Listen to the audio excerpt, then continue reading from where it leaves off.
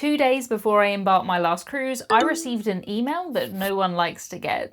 It read, during the last cruise, a number of people have reported to the medical centre with symptoms of gastrointestinal illness. It went on to explain that they would be stepping up their disinfection measures and that we would be delayed embarking by a couple of hours. I decided to take this cruise with a big group of friends, some of which I haven't seen for years, so I hoped that the illness outbreak wouldn't affect us too much in terms of restrictions. I'll never forget those cruises I took during the pandemic, and I didn't want to do one like that again. I was also keeping everything crossed that none of us would get ill, because being ill is always miserable, but when you're on a cruise and you're missing out on things, it's even worse. The ship that we were to be sailing on was P&O's Aurora, and despite her age, I'd heard lots of good things about the ship, so I was very excited to get on board. As instructed by the email, I arrived at the cruise port around an hour and a half after my embarkation time so that they could do some extra cleaning. My embarkation time on my ticket was 1:15, so I arrived around 3. I noticed the final boarding time was meant to be 3:30, but I assumed that they would be delaying that, otherwise the people who had a later embarkation time would completely miss the ship, and that wouldn't make any sense. Embarkation was very easy. We'd already checked in online, so all we had to do was show this QR code and head through security.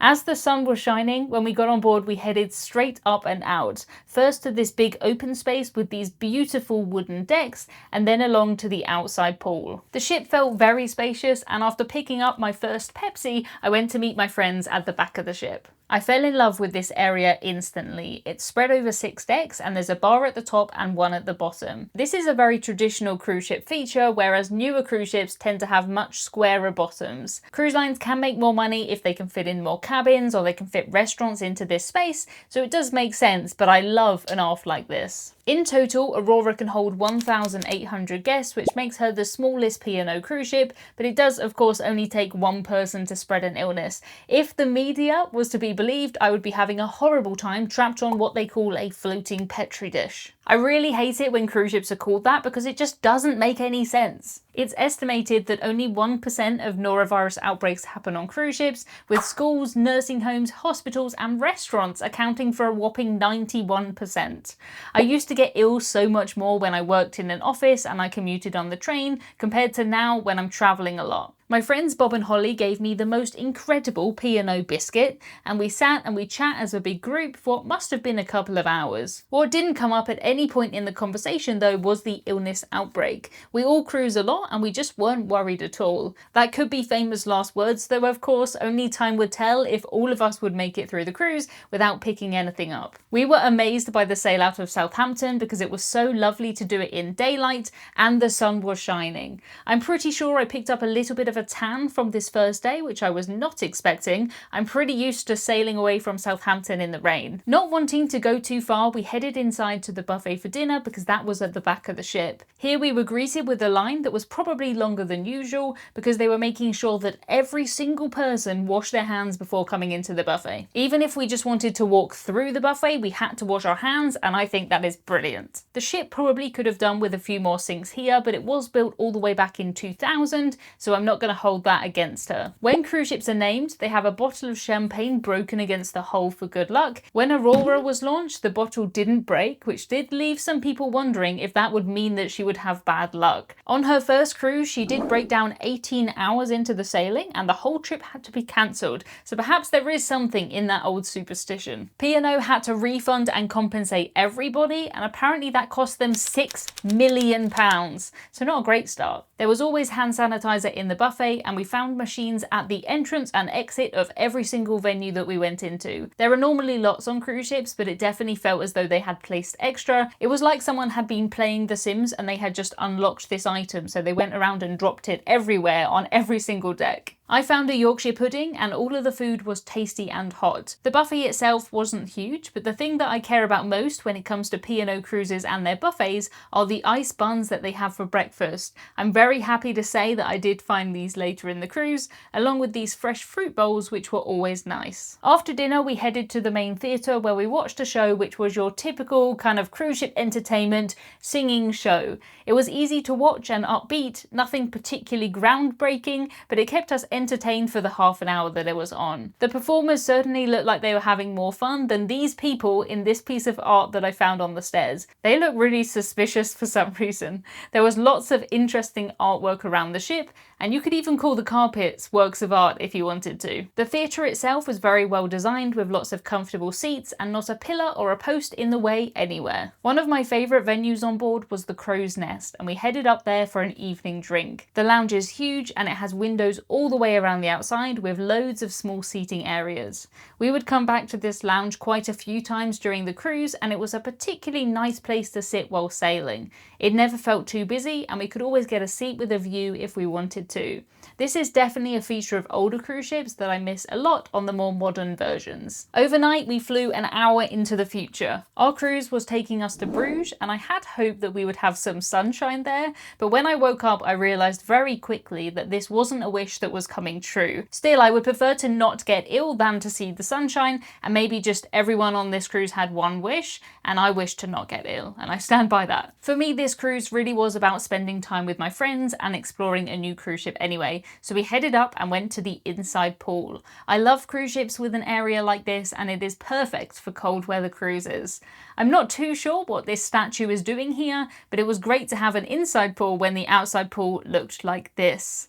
I did see a grill up here, and I knew I'd have to come back for that later. My plan was to explore the rest of the outside spaces, but it took me about 0.01 second to realise that my feet were drenched, so I decided to leave that for tomorrow. The ship definitely did feel her age, but really only in terms of style. Looking at carpets like this, I think it's fairly easy to see that this ship isn't new, even though these carpets will have been replaced many times since the year 2000. Most modern cruise ships have a more Scandinavian muted colour scheme at the moment, but I really don't mind this more traditional look. As long as a ship is well looked after, that is much more important to me than the actual age of the ship. I loved how we would just come across random quirky things without trying. There were lots of cute little seats like this in the windows and spiral staircases. The ship flowed very well, and I actually was learning my way around. It was around now that I did start to notice one problem though, which really isn't a good problem to have if there is an illness outbreak on board, and that was that a huge proportion of the public toilets were broken. Cruise ships will have lots and lots of public toilets on board, usually at least one set on every deck, and inside there will be 5 or 6 toilets. I don't think I ever saw more than 50% working at a time, and quite often there would only be 1 or 2 that was in use, meaning that the lines were much longer than they normally would be. That is not the kind of line that you want to be stuck in if you are having some sort of gastrointestinal illness. That said though, because Aurora is such a small cruise ship, pretty much wherever we weren't that far from our cabin, and we could just go back to the room to use our own bathrooms. Doing that does help get your steps in too. Down by the cabins there were self-service laundries, which I know might sound a bit dull, but it is very rare to find these on cruise ships, and it is great when they exist. On a lot of cruise lines they do only have a paid for service, which is a bit annoying if you just want to literally iron one thing because it got creased in your suitcase. No British cruise line would be complete without a pub, and here we found Anderson's. I love the little touches like the books, which by the way, these are just pretend, they're just fronts, they're not real books. The fireplace was a nice feature too, and the whole place felt very relaxing. There were lots of comfortable chairs, and I knew I'd have to come back here later for a drink because at this point it was closed. Heading further into the ship, we came across the main atrium. I love this area, and it really is the heart of the ship. Here they always had real flowers, the reception desk, and a coffee shop on the top level. In the masquerade bar, I found people doing Wii bowling, which I thought was very cute, and we found another massive bar at the back called Carmen's. All of this exploring was making us very hungry, so we decided to head to one of the main dining rooms on board called Medina. For dinner, I'd been given a fixed dining time, a late dining time at a shared table. I'm not really sure why, because I never would have picked any of those things. For lunch though, seating is totally flexible. You just show up, you're seated, and you eat. That's how I like it. My friends on board all had the flexible dining for dinner, so I hoped that I would be able to sit with them. After all, that was why I came on this cruise. If you do have a fixed table, it means you can sit there, but you don't ever have to. I had a sandwich and chips, and we were very impressed with the service. It really couldn't have been any better or faster. It felt as though the ship had a lot of crew compared to other ships that I've been on, and sometimes we would genuinely have multiple waiters trying to take our order at the same time, which was very nice. Mine was always easy, of course. It was a pint of Pepsi Pepsi Max with no ice. It was fountain Pepsi, so the fizziness and the strength would vary, but still, I prefer it to Coke. P&O don't sell drinks packages on short cruises, so I was basically paying as I went with the drinks, but there is no gratuity added on like there is on the American cruise lines, so I was paying £3.50 for a pint of Pepsi. I didn't think that was too bad. Of course, I would like it to be cheaper, but that is still cheaper than it is in my local pub, so it's just relative to what you're used to. There was no change to the way we ordered or enjoyed drinks despite the outbreak risk. I did do a little research into the ship, and I found out that once upon a time there was a norovirus outbreak on board Aurora when she docked in Gibraltar. Spain actually closed the border with Gibraltar and called Aurora a virus ship before reopening when the ship sailed away. I've read reports that said that it did cause some tension between Spain and Gibraltar, and I can see why. The decor of the restaurant was very traditional with the white tablecloths and the wooden chairs, but I did like it. There was another main dining room at the back called the Alexandria, and all of the food in these main dining rooms is included in the cruise fare. After a quick drink in another bar called Champions, I went back to my cabin to film my cabin tour. I had the biggest inside cabin I've ever had, and I will be bringing you a full video about that soon. Please make sure I have your email address. Just go to emmacruises.com/news and put it in there so that I can email you when that video is ready. I'll tell you how I found this room and also why I booked it. It was interesting, so don't miss it. A friend of mine who was staying in a balcony cabin let me have a quick look around his room, and I did try out the little bath because it's always exciting to find a bath on a cruise ship. It was a kind of either wash your top half or wash your bottom half bath. You wouldn't fit a regular sized adult in this, but still it is a real treat to find a bath on a cruise ship, so I was very jealous of that. The bath felt very low to the ground to me, and your Britishism of the week is that in the UK baths aren't at floor level normally. All of the plumbing is underneath, so they sit up on little legs. Whenever I go to the States and I have a bath, it always takes me by surprise. I've been going to America since I was 7 years old. I have family there. It shouldn't take me by surprise anymore, but it still does. We would also always call this a bath and never just a tub. Bathtub is okay, I guess, but if you said tub, I would be thinking a tub of ice cream, that kind of tub. It was formal night, and P&O do take their formal nights quite seriously compared to other cruise lines. On most cruise lines, there is a dress code that only applies to the main dining room, but on P&O, there are a few venues where they really will not let you in unless you're wearing a collared shirt or a dress or something like that. In the past, I have had to use a cardigan to make myself a fake skirt to cover up my shorts because apparently that is better. But anyway, we did want to get changed this day, so I got changed into a blue sparkly dress. I very much felt as though I fit into the atmosphere of the ship wearing this. The ship very much felt like a grand old lady, and I'm not trying to say that I felt or looked like a grand old lady, but maybe, I don't mind. We watched the sail away from a friend's balcony, and it is always great to make friends with someone who has a balcony cabin if you have an inside cabin. Kind of like a buddy system. Perhaps they could officially do something like that. You can adopt someone who's staying in an inside cabin into your family for the week. There is no need to spend any extra money on a P&O cruise on food, but we did decide to head to the speciality restaurant called Sindhu.